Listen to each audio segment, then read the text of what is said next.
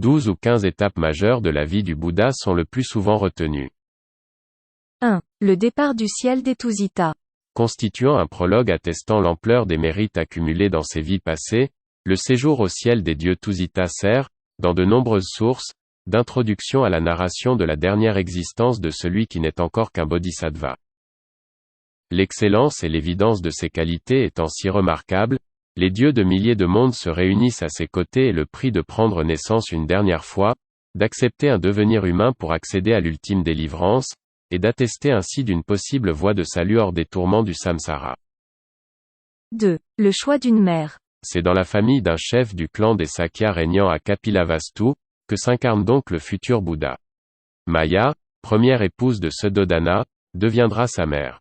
Retirée pour un temps dans le gynécée, elle s'éloigne de son époux, et purifiée par cette ascèse, fait le rêve merveilleux d'un éléphant blanc perçant son sein. Le futur Bouddha y a pris place, protégé de tout contact avec le corps de Maya par une sorte d'écrin de béryl dans lequel il séjourne 10 mois lunaires. Il y est miraculeusement nourri par les dieux. 3. La naissance. Arrivée au terme de sa grossesse, Maya décide de rejoindre la maison de ses parents pour donner naissance à son enfant. Elle quitte le palais avec quelques suivantes, et fait en chemin une halte dans le bosquet ou le jardin de Lumbini. S'accrochant d'une main à la branche d'un arbre, elle donne la naissance à son fils qui sort sans souillure de son flanc droit. Le nourrisson, jouissant de facultés précoces, est accueilli par les dieux. Faisant 7 pas dans les directions de l'espace, il proclame qu'en souverain du monde, il apportera à tous les êtres une voie de salut. Se réjouissant de cette naissance et de ce message, la terre tremble dans une pluie de fleurs, une abondance de musique et de parfums. 4. La jeunesse. Suite à la mort de Maya 7 jours après la naissance de Gautama, c'est la tante de ce dernier qui est chargée de l'élever. Les astrologues ont examiné l'enfant, ont identifié 32 marques spécifiques désignant un grand homme et prédisent à son père qu'il deviendra soit un grand religieux, soit un monarque universel. C'est dans le cadre aisé du domaine de son père, que l'enfant reçoit une éducation conforme à sa condition. Une première méditation devant le spectacle de la meurtrissure de la terre par le travail des labours, préfigure sa vocation prochaine. Devenu jeune homme, il se marie toutefois avec la belle Yasodhara, qui donne bientôt naissance à leur fils Rahula.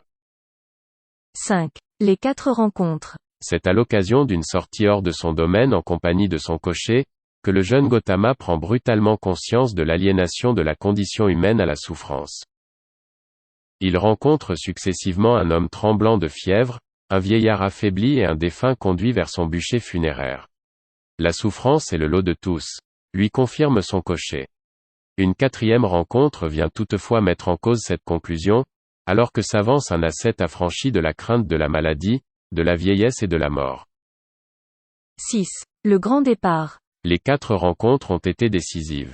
Gautama renonce à son palais, à la promesse de son gouvernement, à son gynécée et à son fils. Les dieux accompagnent silencieusement son départ dans le plus grand secret. Gautama rejoint alors la forêt et ses ermitages, coupe sa chevelure, confie son cheval et ses parures à son cocher avant de le congédier. La quête de l'éveil débute désormais. 7. La vie ascétique. Pendant de longues années de questionnement et d'exercices ascétiques, Gautama côtoie différents maîtres dont les enseignements lui paraissent finalement insuffisants. Il s'isole aux alentours du village d'Uruvilva avec 5 renonçants pour compagnons, et s'astreint à des austérités qui le conduisent à la limite de ses forces. Il comprend que cette voie extrême n'est pas la bonne et retrouve une meilleure santé, en acceptant la nourriture que lui offre une jeune fille et en prenant un bain. Ses compagnons y voient une défaite et l'abandonnent.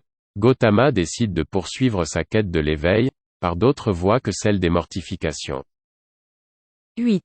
La soumission de Mara. Alors que ses méditations le conduisent à une intuition nouvelle de la réalité du monde et à une conscience précise de la façon de s'affranchir de la souffrance qui tourmente les êtres, Gautama est assailli par Mara.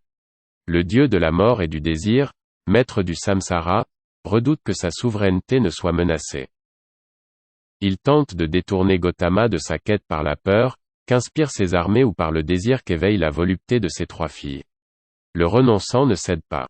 La déesse Terre témoigne de tous ses actes méritoires, et Mara est vaincue. 9. L'éveil. Parvenu à l'âge d'homme mûr, Gautama, installé à Bodh Gaya sous l'arbre de la Bodhi, parvient enfin à l'éveil. Au terme d'une longue nuit de médiation, il se remémore toutes ses vies antérieures et comprend ensuite intimement le parcours passé, présent et à venir de chacun. Les causes de l'enchaînement des êtres au cycle du samsara lui sont désormais claires, tout comme le moyen de rompre avec ce cycle douloureux. En paix et en joie, Gautama est désormais un Bouddha parfaitement éveillé. 10. La première prédication. Après plusieurs semaines d'hésitation et finalement l'intercession du dieu Brahma, Siddhartha consent à enseigner sa loi. Il la sait difficile à comprendre et exigeante à observer. Il retrouve les 5 compagnons qu'il avait délaissés, et qui réalise que Gautama est bien parvenu à l'éveil. Arrivé à Sarna au parc des Antilopes, il met en marche la roue du Dharma, en énonçant sa loi à l'occasion d'un premier sermon. Les premières conversions ont lieu, et le noyau de la première communauté se constitue.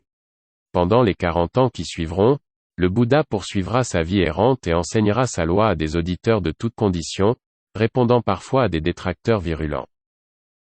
11. L'ultime extinction ou le Mahaparinirvana. C'est à Kusinagara que le Bouddha, affaibli par le grand âge et par un repas de porc servi par un dévot, donne son dernier enseignement et ses ultimes recommandations. Il meurt étendu sur le côté droit après avoir invité ses disciples à ne pas s'attrister. Le cycle des renaissances s'éteint définitivement pour lui, il ne renaîtra plus et touche à l'extinction totale, le parinirvana. Comme lors de sa naissance, de son éveil et de son premier sermon, la terre tremble, les êtres célestes se manifestent en nombre chargés d'offrandes de fleurs et de parfums pour rendre hommage à l'ainsi allé. 12. Les funérailles. Des funérailles pareilles à celles d'un monarque universel sont organisées par les princes Mala, qui régnaient sur les lieux. Le corps du Bouddha est conservé pendant 7 jours dans des étoffes précieuses et de l'huile parfumée. On procède à la crémation, et les cendres sont ensuite divisées en 8 parts sur lesquelles 8 monuments seront érigés.